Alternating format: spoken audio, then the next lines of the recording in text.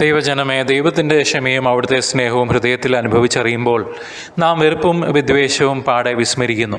മറ്റുള്ളവരിലേക്ക് നമ്മുടെ ഹൃദയം തുറക്കാൻ നാം ഉത്സുകരും ആകുന്നു. ക്ഷമിക്കുന്നതിനായി നാം ദൈവസഹായം ആവശ്യപ്പെടുന്നു. അതോടെ തെറ്റു ചെയ്തവരോട് ക്ഷമിക്കാൻ നമുക്ക് സാധിക്കുന്നു.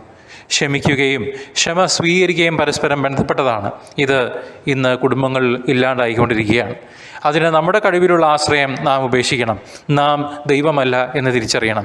അപ്പോൾ മാത്രമേ വിനയമുണ്ടാകൂ. നമ്മുടെ യഥാർത്ഥ അവസ്ഥ മനസ്സിലാക്കുവാൻ ആ എളിമ നമ്മെ സഹായിക്കും. എൻ്റെ ജീവിത പങ്കാളി നന്നായിട്ടേ ഞാൻ നന്നാവൂ എന്ന് കരുതുന്ന അവസ്ഥ എളിമയിൽ നിന്നല്ല, അഹങ്കാരത്തിൽ നിന്നാണ് വരിക.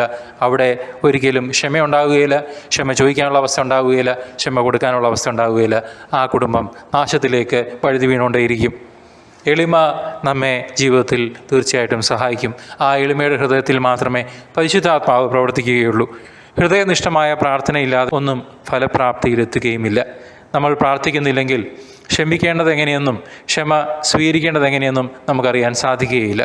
പ്രാർത്ഥന മാത്രം പോരാ, ദൈവ തിരുമുൻപിലുള്ള നമ്മുടെ നിസ്സാരതയെക്കുറിച്ച് ഞാൻ ഒന്നുമല്ല എന്ന് തിരിച്ചറിഞ്ഞ് എന്നെ തന്നെ ശൂന്യവൽക്കരിക്കുമ്പോൾ നാം ബോധവാന്മാരും ബോധവതികളുമായി തീരുന്നു. ദൈവകരങ്ങൾ നമ്മുടെ ജീവിതത്തിൽ എപ്പോഴും ഒരു താങ്ങായി നിലനിൽക്കുന്നുണ്ടെന്നുള്ള വസ്തുത നാം തിരിച്ചറിയണം. ദൈവവുമായിട്ടുള്ള അഗാധ ബന്ധത്തിൽ നാം ഏർപ്പെടുമ്പോൾ മാത്രമാണ് പരിശുദ്ധാത്മാവിൻ്റെ കൃപാവരങ്ങൾ നമ്മൾ സമൃദ്ധമായി വന്ന് നിറയുന്നത്. ക്ഷമയുടെ കാര്യത്തിൽ ദൈവത്തിൻ്റെ നിർലോഭമായ സഹായവും പ്രവർത്തനവും വ്യക്തികളെ സ്വാധീനിക്കും എന്ന് വെച്ച് ആ വ്യക്തി നിഷ്ക്രിയയായി ഇരിക്കാൻ പാടുള്ളതല്ല. ദൈവകൃപ നമ്മളിൽ പ്രവർത്തിക്കുന്നതിന് നമ്മുടെ ആത്മാർത്ഥമായ സഹകരണം ആവശ്യമാണ്. അതില്ലെങ്കിൽ യഥാർത്ഥത്തിൽ ക്ഷമ നമ്മുടേതായിരിക്കുകയില്ല, ദൈവത്തിൻ്റേത് മാത്രമായിരിക്കും. അത് കരുണയായി എപ്പോഴും എല്ലാവരിലും ഉണ്ട്. ദൈവഹിതമല്ല, നമ്മുടെ പൂർണ്ണമായ സഹകരണത്തോടെ ദൈവകൃപ നമ്മളിൽ പ്രവർത്തിക്കുക എന്നുള്ളതാണ്. നമ്മെ ദൈവകരങ്ങളിൽ പൂർണ്ണമായും സമർപ്പിക്കണം. അപ്പോൾ ദൈവം നമ്മുടെ ആത്മാവിനെ നന്മയിലേക്ക് ചലിപ്പിക്കും. അതിന് എളിമ അത്യന്താപേക്ഷിതമാണ്. ക്ഷമിക്കുന്നതിനുള്ള കൃപ ദൈവം അപ്പോൾ നമുക്ക് തരും.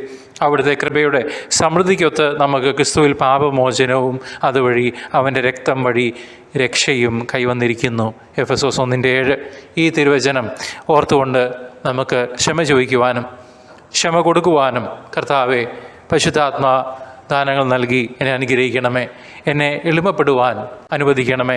കർത്താവിൻ്റെ വിശ്വാസരാഹിത്യം പരിഗണിച്ച് എന്നെ തിരുരക്തത്താൽ കഴുകി പരിശുദ്ധാത്മാവിനെ നിറയ്ക്കണമേ എന്ന് നമുക്ക് പ്രാർത്ഥിക്കാം. യേശുവേ നന്ദി, യേശുവേ സ്തുതി, യേശുവേ ആരാധന. ഹല്ലേലൂയ. Thank you Jesus.